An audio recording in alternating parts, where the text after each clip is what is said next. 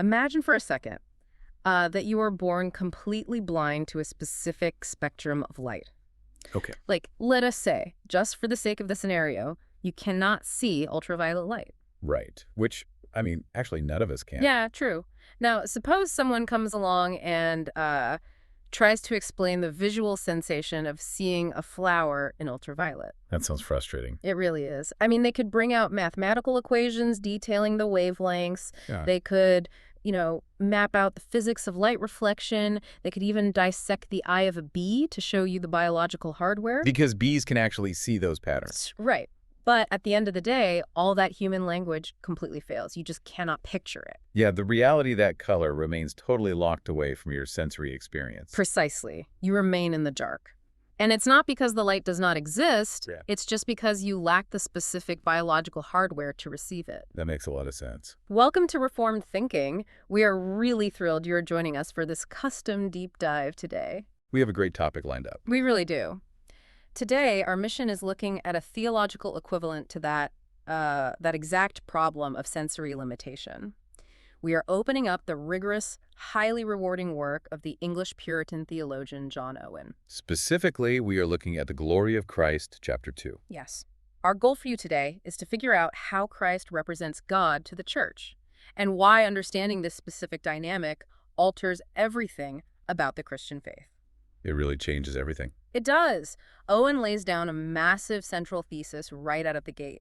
He says the glory of Christ is the glory of his person, and he argues there are two distinct ways to consider him. First, absolutely in himself, and second, in the discharge of his office. Okay, let's unpack this, because right away, Owen is drawing a hard line about how we can even begin to know a limitless God. It is a staggering claim, honestly, and Owen does not hold back or soften the blow at all. No, he doesn't. He states in no uncertain terms that without Christ, God remains forever the invisible God. Right. He is leaning heavily on the Apostle Paul's words in 2 Corinthians chapter 4, verse 6. Yeah, where it says, we see the glory of God in the face of Jesus Christ. Which is such a striking visual. It is. And Owen makes the case that the holy properties of God's nature and the counsels of his will, they are completely hidden from us in any saving way without this specific targeted revelation.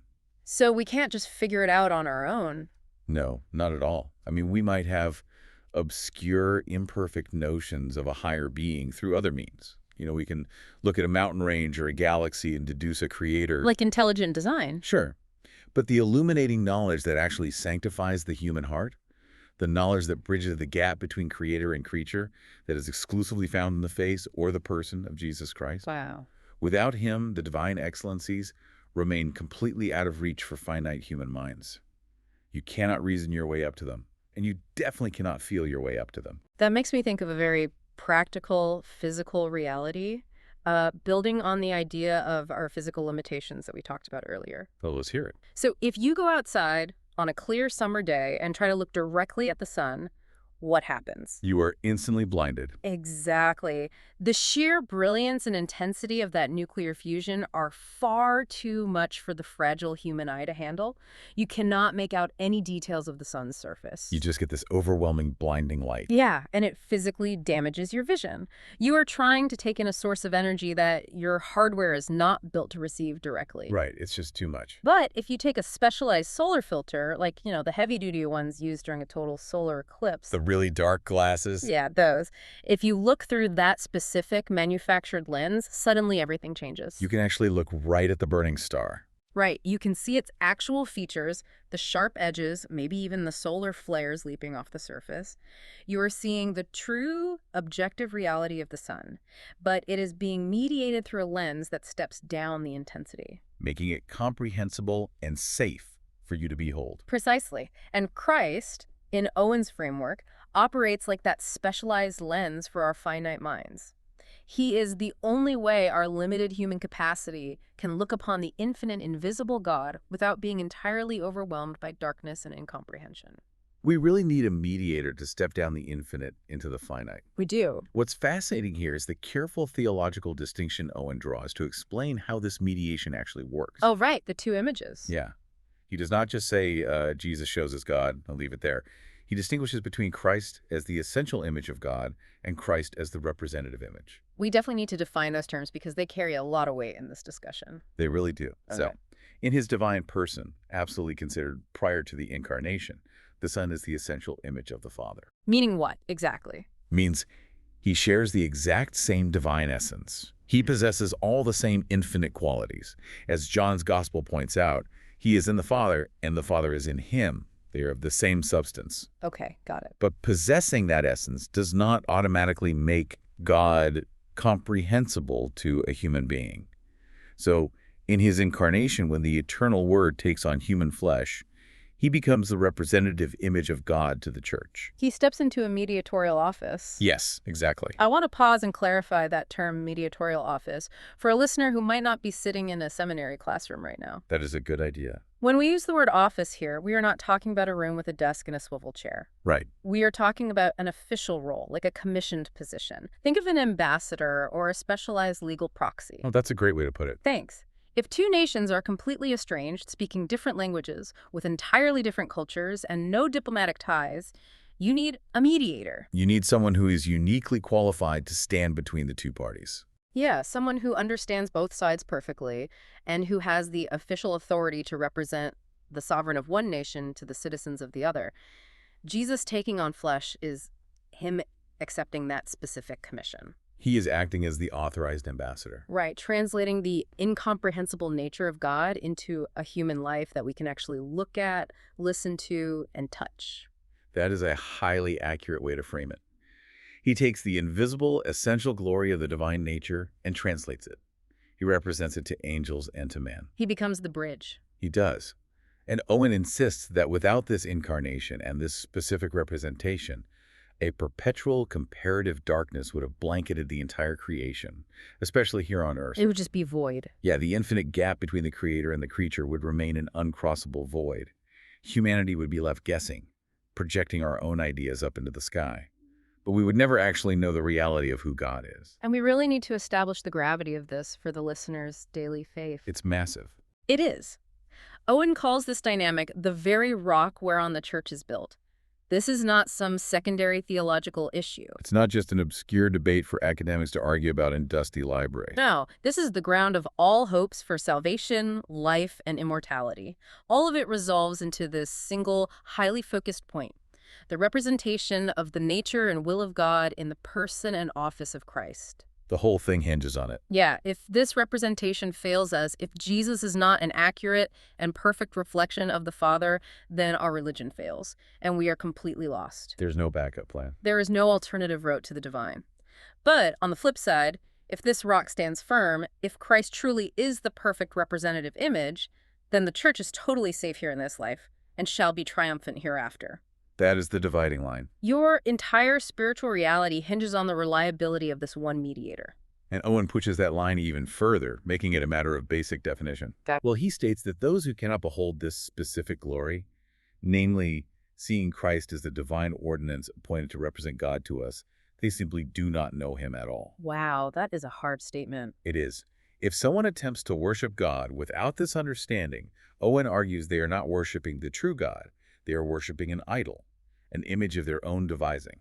So when a person says, I believe in God, but I don't need Jesus to understand him. Yeah, that person is essentially attempting to look at the sun without the filter. They are creating a mental projection of a deity based on their own preferences, or maybe their cultural background, or their own human reasoning. It is a really sobering realization. Very. We have to look at what inevitably happens when humanity tries to figure God out on its own terms, Yeah. using its own flawed resources entirely apart from the incarnate Christ. Which brings us right into the tragedy of human reason and the absolute limits of philosophy. Right. To understand why human reason fails so spectacularly at this task, Owen goes all the way back to the fall in the Garden of Eden to explain our current baseline condition. The root of the problem. Exactly. He points out that a primary punishment of the fall, a huge part of humanity's ongoing misery, is an inherent, ingrained ignorance of God's nature. We usually think of the fall primarily in terms of moral corruption. Yeah. People doing bad things. Yeah, behavioral stuff. But Reformed theology highlights the noetic effects of sin. Noetic. Yeah, noetic comes from the Greek word for mind.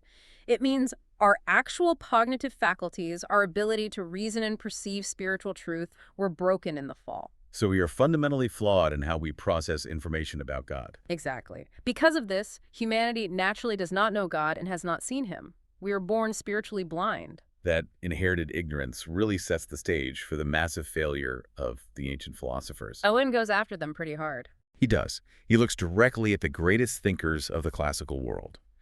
Men who made extensive, lifelong inquiries into the divine being and its existence. These were the big names. Right. Individuals who boasted of their wisdom, they developed complex logical systems, they adorned their philosophical notions with elegant speech and rhetoric to draw in admirers. They considered themselves the only wise men in the world. Oh, totally. They were the intellectual elite looking down on the uneducated masses.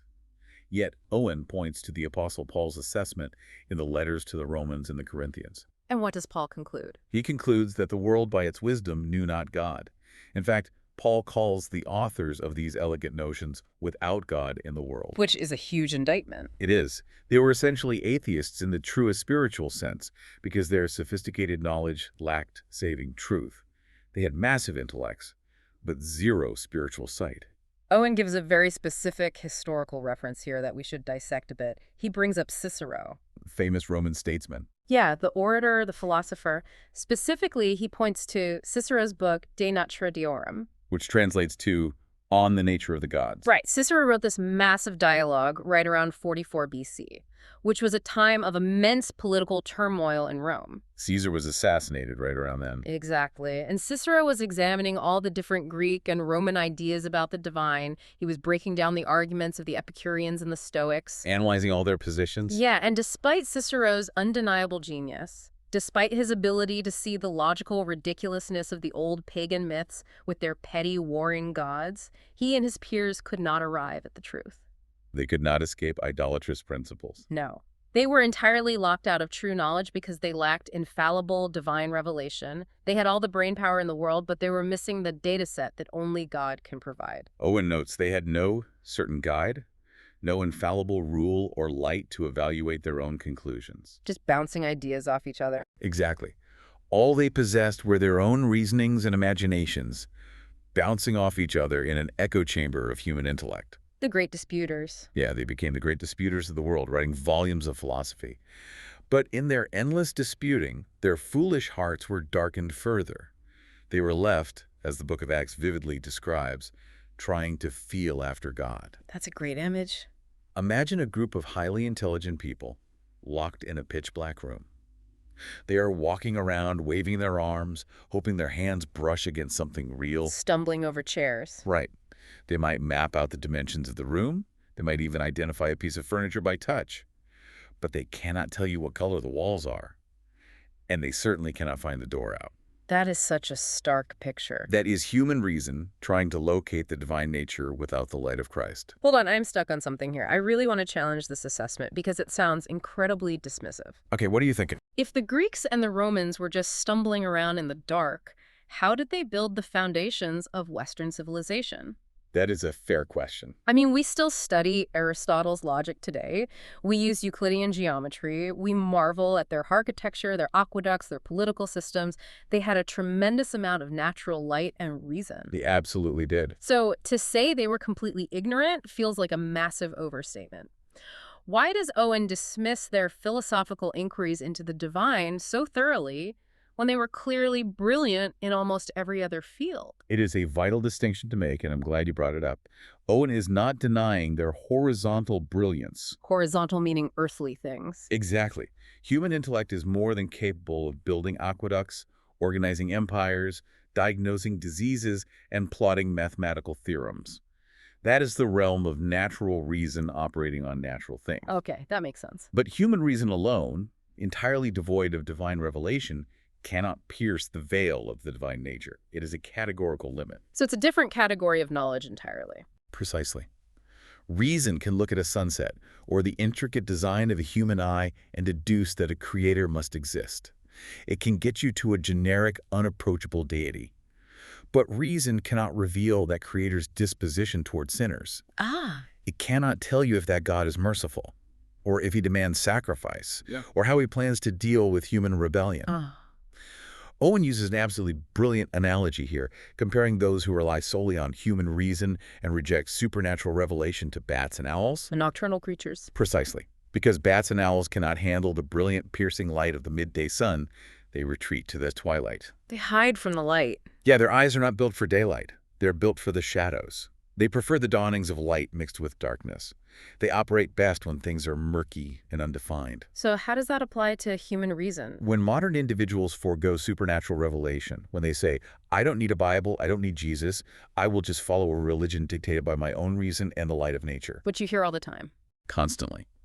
Owen argues they are acting just like those bats and owls.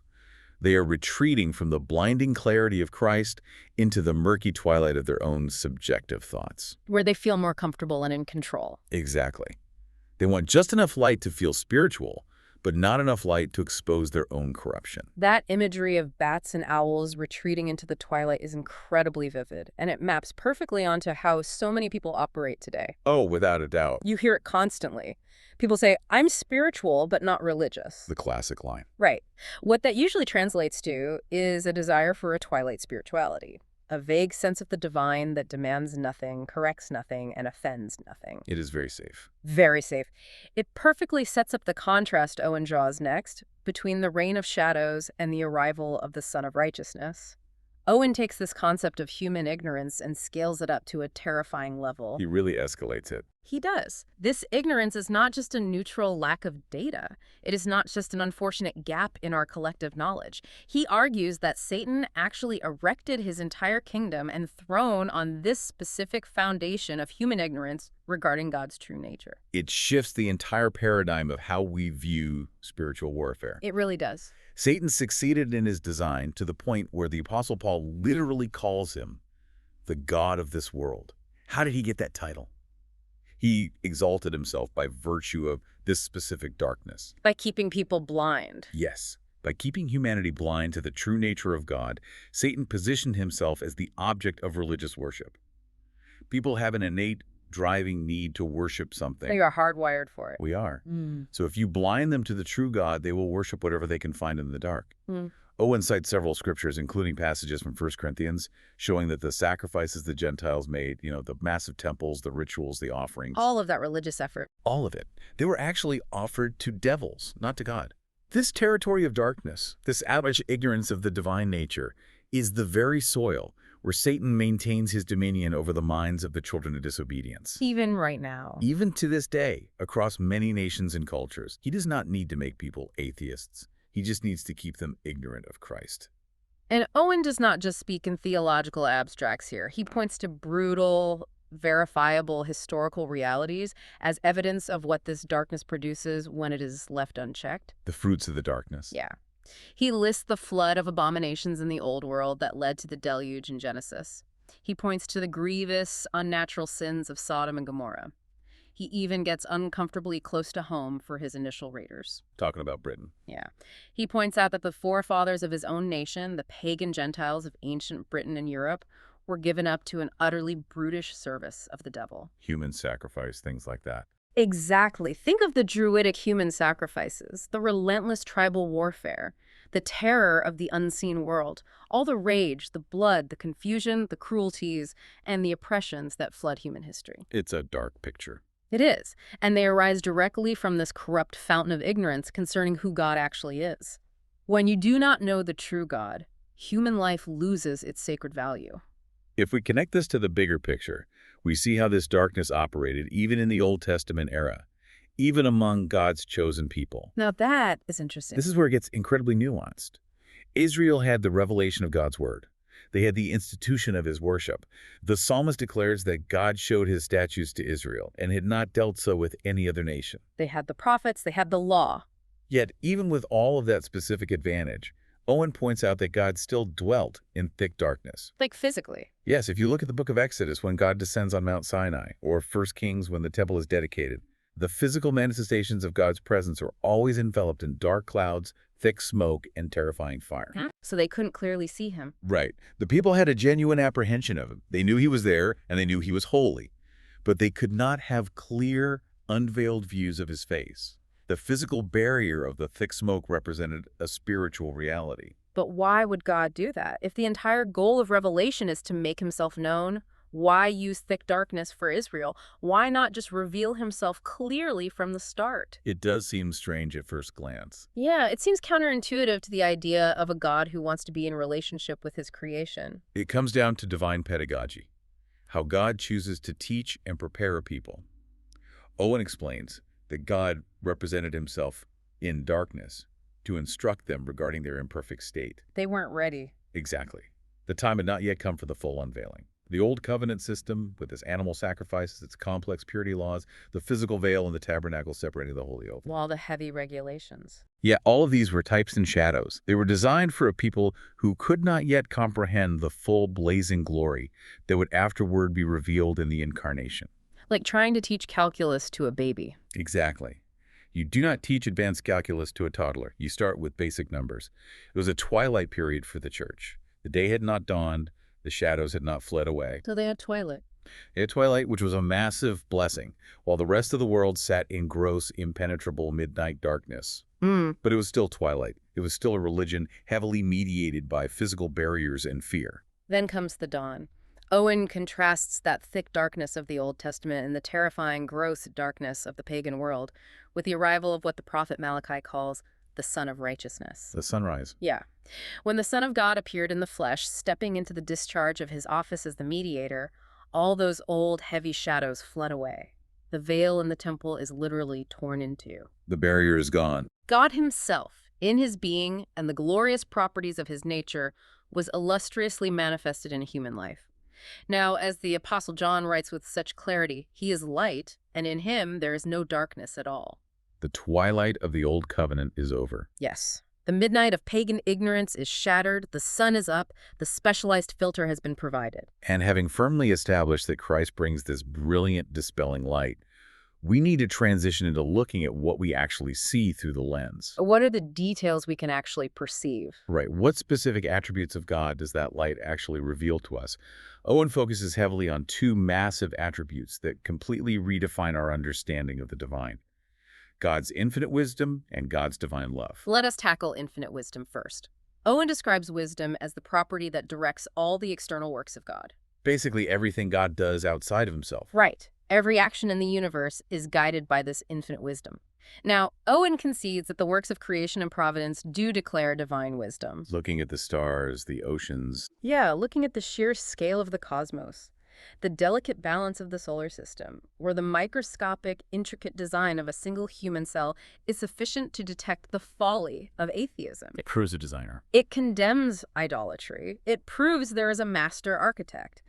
But, he argues, the most excellent contrivance of infinite wisdom, the absolute masterpiece, is not the physical universe. What is it then? It is the great work of the salvation of the church through Christ. It is the ultimate display of problem solving, if we could use human terms. Explain that. Well, the physical universe shows us a fraction of divine wisdom compared to what is manifested in the person of Jesus Christ. How does a holy God perfectly execute justice against sin while simultaneously displaying infinite mercy to the sinner? That is a massive paradox. It is a paradox that human reason cannot solve. If God is just, the sinner must die. If God is merciful, the sinner goes free, but justice is compromised. You can't have both naturally. Right. The incarnation, the life, the substitutionary death, and the resurrection of Christ solve this impossible equation. The Father chose and sealed Christ to represent this specific manifold wisdom to us. All the treasures of this wisdom are laid up in him. Here's where it gets really interesting, though, because the way different people react to this exact same wisdom is completely polarizing. Oh, for sure. It acts as a sorting mechanism for humanity. Owen leans heavily on the Apostle Paul's argument in 1 Corinthians chapter 1 to show that unbelievers look at this masterpiece and totally miss it. They don't see the genius in it at all. No. They look at the cross, the idea that the creator of the universe would become a Jewish carpenter, suffer humiliation, and be executed on a Roman torture device to save rebels, and they see utter foolishness. It does not compute with human reason. Not at all. It looks weak. It looks absurd. But believers, looking through the lens of faith, look at that exact same historical event and see Christ as the very wisdom of God. They see the hidden victory. Yes. They see the genius of God defeating Satan, sin, and death, using the very instrument of death itself. To see this wisdom clearly is, as Owen says, our own true wisdom, filling the human soul with joy unspeakable. It shifts your entire worldview from despair to awe. And that massive shift leads directly into the second attribute Owen emphasizes, which is just as critical, divine love. Okay, let's unpack that. He quotes the famous assertion from 1 John chapter 4, verse 8. God is love. Owen insists this is not just an effect. It is not merely a mood God is in. It is his core. It is God's very nature and essence. This revelation that God is intrinsically love casts out envy, hatred, malice, and revenge. It exiles all those bitter, destructive fruits straight into Satan's territory. They do not belong to God's nature in any capacity. I have to interject here because this specific phrase, God is love, requires some serious clarification for our modern context. It definitely gets misused today. All the time. When people today hear God is love, they often interpret it to mean God is a facile, easygoing pushover. Like a cosmic butler. Right. They imagine a deity who acts like a permissive grandfather. He just winks at sin. He is endlessly pliable, and he exists simply to affirm whatever choices we make and make us feel good about ourselves. Just spreading good vibes. Yeah, they think they can take endless liberties with him because, after all, he's love. It strips the holiness right out of the equation. Owen completely anticipates that exact misconception, even in the 17th century. Human nature does not change, does it? No, it doesn't. He states that most natural, unguided notions of divine love are corrupt, weak, or highly imperfect. True divine love is not a vague, pliable emotion. It is not sentimentalism. So what is the proof of it? Owen argues that the only true, infallible evidence given to us that God is love is found in the very next verse of 1 John 4. In this was manifested the love of God towards us, because that God sent his only begotten Son into the world that we might live through him. If Christ's wisdom is a mechanism that exposes human folly, how does his love actively dismantle human hostility? That's a great question. Because wisdom alone just makes us feel stupid or small. It's the love that actually repairs the severed relationship. The proof of the love is the active mission of the Son. Exactly right. Outside of Christ's mission, person, and office, all notions of divine love remain hidden and unprovable. How so? Think about the mechanics of this. Yeah. Owen starkly points out that if you look at the world solely through the lens of providence, just looking at nature and human history without Christ, the world is filled with massive evidences of God's anger and displeasure against sin. That's a heavy thought. We see tsunamis wiping out coastal cities. We see childhood diseases. We see endless warfare, famine, and ultimately the universal certainty of death. Natural reason, looking honestly at a fallen world, cannot reliably conclude that God is love. Right, if you look at a hurricane, loves is not the first word that comes to mind. A philosopher, looking at a pediatric oncology ward without the lens of the gospel, might conclude God is cruel, or indifferent, or incompetent. It is only in the sending of the Son to absorb the wrath, conquer death, and save sinners that the divine nature as love is undeniably and gloriously represented. That brings it all into focus. Anyone who does not behold the glory of Christ in this specific way remains utterly ignorant of these heavenly mysteries. No matter how elegantly they might speak about love as a generic, universal concept, you cannot prove God loves you by looking at your circumstances. You can only prove it by looking at the cross. That sets up a massive collision regarding how we understand belief and unbelief. We are stepping into the absolute crux of unbelief versus saving faith. This is where Owen really turns things upside down. He does. Owen redefines unbelief in a way that challenges a lot of modern assumptions. We tend to think of unbelief as a passive state. We think of it merely as a lack of information. Like they just haven't read the right apologetics book. Exactly. Someone just hasn't heard the right arguments, or they are missing some historical data points about first-century Palestine. But Owen defines the formal nature of unbelief as an active failure or an outright refusal to discern the representation of God's glory in the person of Christ. It is a posture of the heart. Yes, not just a gap in the brain. That is the defining line of human existence for Owen. Unbelief is not, I don't have enough evidence. Unbelief is looking at the ultimate evidence, the incarnate Son, and saying, I don't see any glory there. I just see a guy. Right. If a person does not see the wisdom, power, goodness, and love of God represented in the person and office of Christ, that person is an unbeliever. The essence of saving faith consists in giving due ascription of glory to God. Honoring him correctly. It is recognizing God for who he truly is. And Owen's entire point is that we cannot accurately give that glory without seeing those divine excellencies manifested in Christ. Mm. You cannot honor the Father if you reject the authorized ambassador he sent. This brings us back to the devil's primary strategy. Since seeing this specific glory is the absolute essence of saving faith, the devil's main goal in the early days of gospel preaching, and his main goal right now, was not necessarily to stop people from being religious. Satan is perfectly happy with highly religious people. Absolutely, as long as their religion is blind. His goal is to blind men's minds with prejudices, distractions, and false philosophies, so they will not see this specific glory. He creates interference. Yeah. 2 Corinthians chapter 4 lays out the battle plan clearly. The God of this world blinds the minds of unbelievers, lest the light of the glorious gospel of Christ should shine unto them. He throws up a smokescreen. This raises an important question regarding a very prevalent theology today, even among those who claim to respect Jesus. What's that? Owen aggressively critiques the view that treats Christ solely as a moral teacher.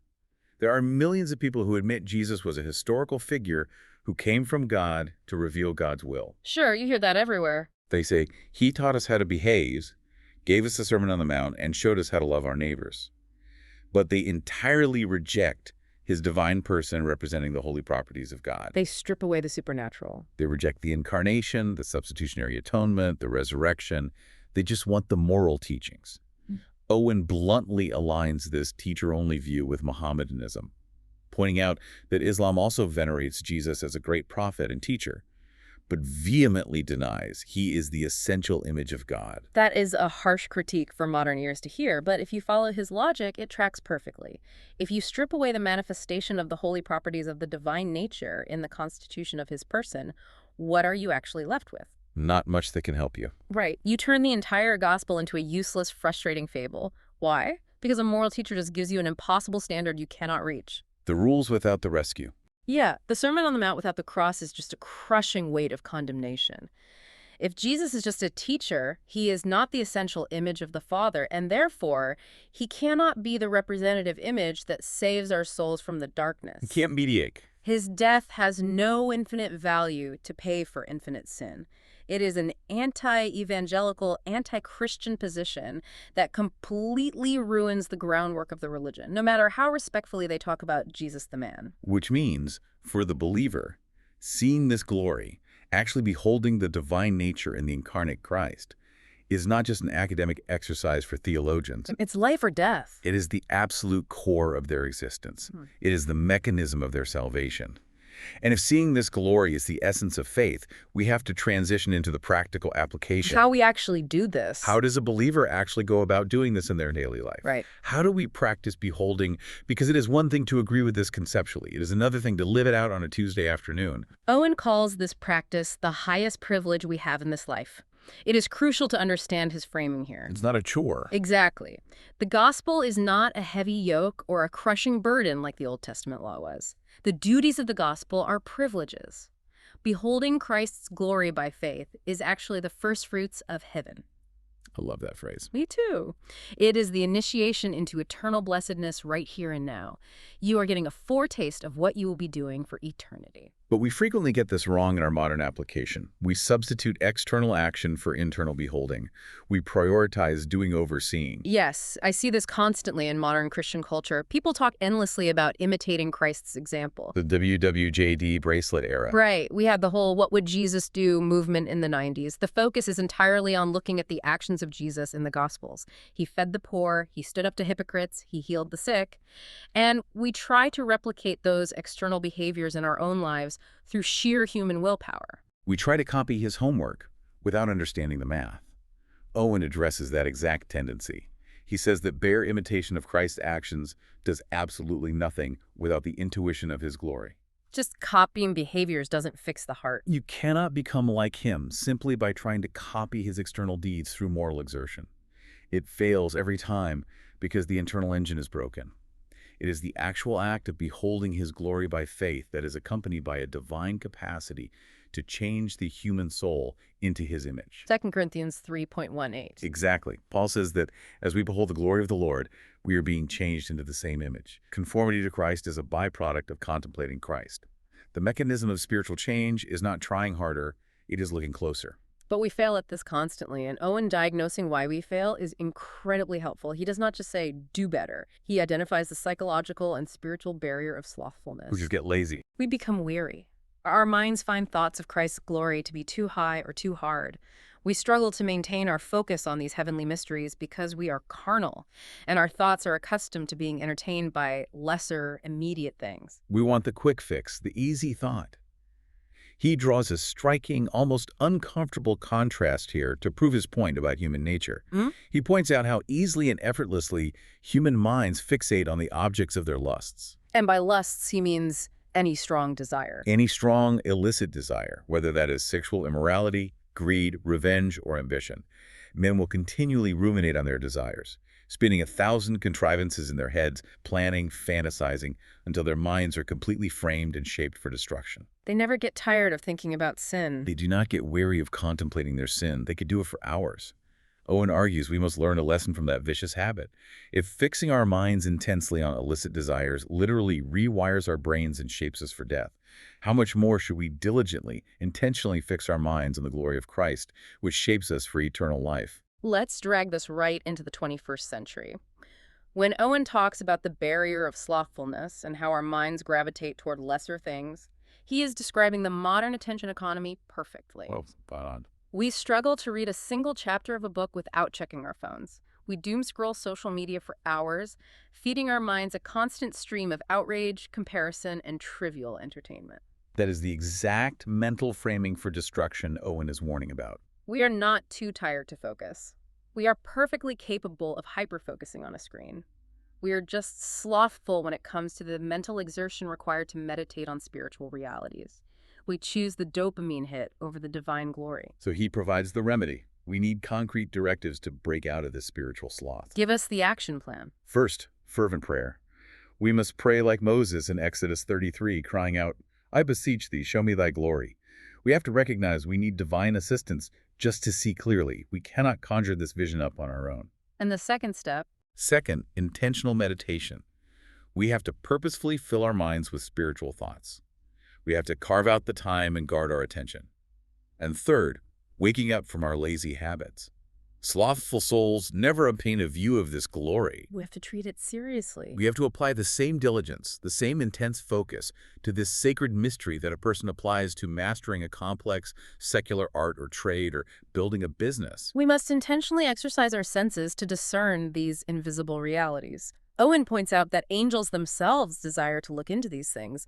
The manifold wisdom of God displayed in the gospel is an object of angelic diligence. They are fascinated by it. These perfect, powerful beings are captivated by it. How much more should we, who are the actual direct beneficiaries of this salvation, apply ourselves to contemplating it? So what does this all mean for the listener as they step back into their normal routine this week? Owen summarizes the practical takeaway beautifully, and it is incredibly encouraging.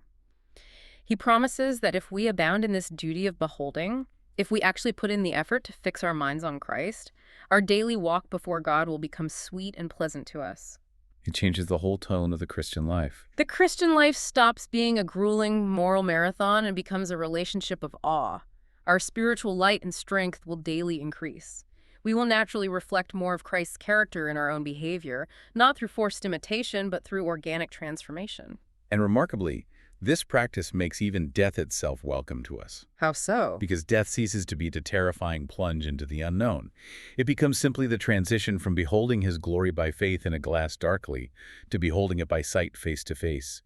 It's just the removal of the final veil. To briefly synthesize the main arc of what we have discussed today, human reason, entirely on its own, inevitably leaves us stumbling in the dark, worshiping our own vain imaginations. It always fails us. Yeah. The darkness of ignorance regarding the divine nature is Satan's greatest, most effective weapon.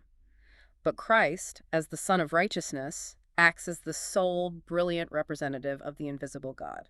Perfectly manifesting infinite wisdom in the cross. An undeniable, active divine love in his mission to save sinners. And if we understand that Satan's original primary strategy was to blind men's minds from seeing this specific glory of Christ, it leaves us with a lingering, provocative thought for our own day.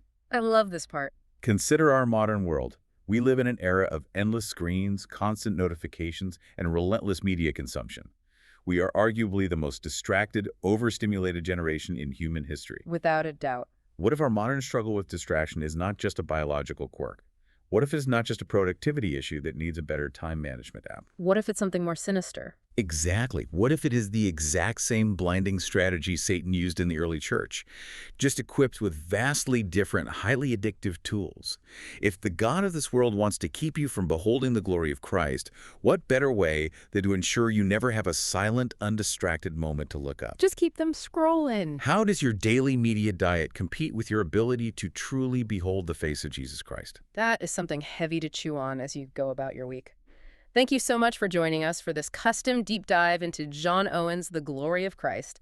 Keep thinking critically, keep seeking the light, and we will catch you next time on Reformed Thinking.